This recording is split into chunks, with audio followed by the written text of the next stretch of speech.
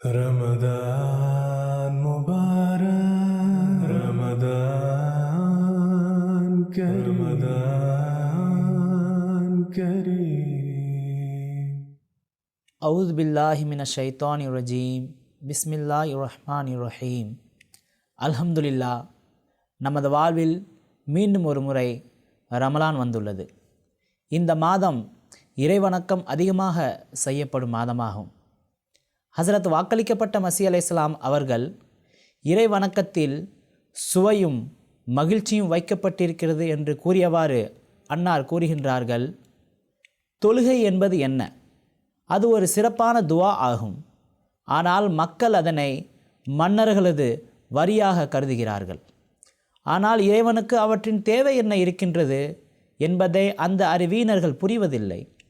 மேலும் அந்த தேவையற்றவனுக்கு மனிதனது துவா, தஸ்பீ மற்றும் தஹலீலில் ஈடுபடுவதனால் என்ன பலன் இருக்கப் போகின்றது? மாறாக அதில் மனிதனுக்குத்தான் பலன் இருக்கின்றது. இந்த வழிமுறையின் மூலமாக மனிதன் தனது நோக்கத்தை அடைபவனாக இருக்கின்றான். இன்றைய நாட்களில் இறைவணக்கம் மற்றும் இறையச்சம் மற்றும் மார்க்கப்பற்று இல்லாமல் இருப்பதனை கண்டு எனக்கு மிகவும் பரிதாபமாக இருக்கிறது. இதற்கு காரணம் ஒரு பொதுவான விஷத்தன்மை கொண்ட சம்பிரதாயமாகும். ஆனால் அதன் தாக்கத்தினால் அல்லாஹ் தாலாவின் மீதான நேசம் மறைந்து கொண்டு இருக்கின்றது. மேலும் இறை வணக்கத்தில் எந்த அளவுக்கு இன்பம் வர வேண்டுமோ அது வருவதில்லை. அல்லாஹ் இன்பத்தையும் ஒரு குறிப்பிட்ட சுவையையும் வைக்காத எப்பொருளும் உலகில் இல்லை.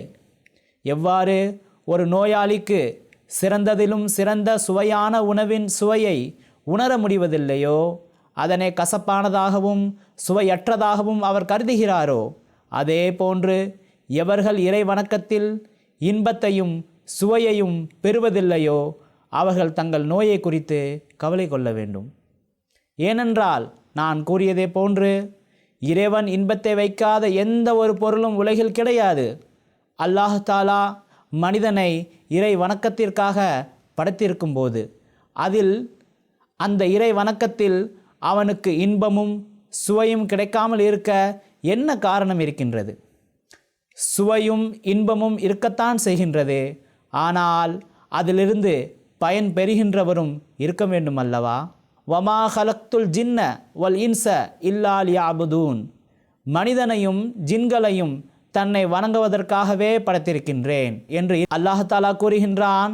மனிதன் இறை வணக்கத்திற்காகவே பிறந்திருக்கிறான் எனில் இறை வணக்கத்தில் நிச்சயமாக இன்பமும் மகிழ்ச்சியும் உயர் தரத்தில் வைக்கப்பட்டிருக்க வேண்டும். இவ்விஷயத்தை நாம் நமது அன்றாட வாழ்வில் காண்பதன் மூலமாகவும் அனுபவத்தின் மூலமாகவும் நன்கு உணர்ந்து கொள்ள முடியும். உதாரணமாக பாருங்கள், மனிதனுக்காக அனைத்து உண்ணும் பருகும் பொருட்களும் படைக்கப்பட்டிருக்கின்றன என்று இருக்கையில் அவற்றிலிருந்து அவன் ஓர் இன்பத்தையும் சுவையையும் அடைவதில்லையா? இந்த சுவை மற்றும் இன்பத்தை உணர்வதற்காக அவனது வாயில் நாவு இல்லையா? அழகிய பொருட்களை கண்டு, அவை செடி கொடிகளாக இருக்கட்டும் அல்லது மலைகளாக இருக்கட்டும், விலங்குகளாக இருக்கட்டும் அல்லது மனிதனாக இருக்கட்டும், மனிதன் இன்பம் அடைவதில்லையா? உள்ளத்தை மகிழ்விக்கும் அழகிய குரல் வளம் அவனது காதுகளை மகிழ்விப்பதில்லையா? இவ்வாறு இருக்கும்போது இறைவணக்கத்தில் இன்பம் இல்லை என்று கூறப்படுவதற்கு வேறு என்ன காரணம் இருக்க முடியும்? நாம் பெண்ணையும் ஆணையும் இணையாக படைத்திருக்கிறோம், ஆணுக்கு ஆர்வத்தை வழங்கியிருக்கிறோம் என்று அல்லாஹ் தாலா கூறுகின்றான்.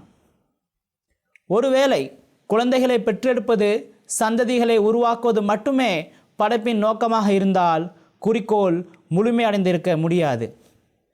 பெண் மற்றும் ஆண் நிர்வாண கோலத்தில் ஒருவர் மற்றவருடன் உறவை ஏற்படுத்தி கொள்ள வேண்டும் என்பதை அவர்களுடைய தன்மானம் ஒப்புக்கொள்வது கிடையாது. ஆனால் அவர்களுக்கு அதில் ஓர் இன்பம், மகிழ்ச்சி இருக்கின்றது.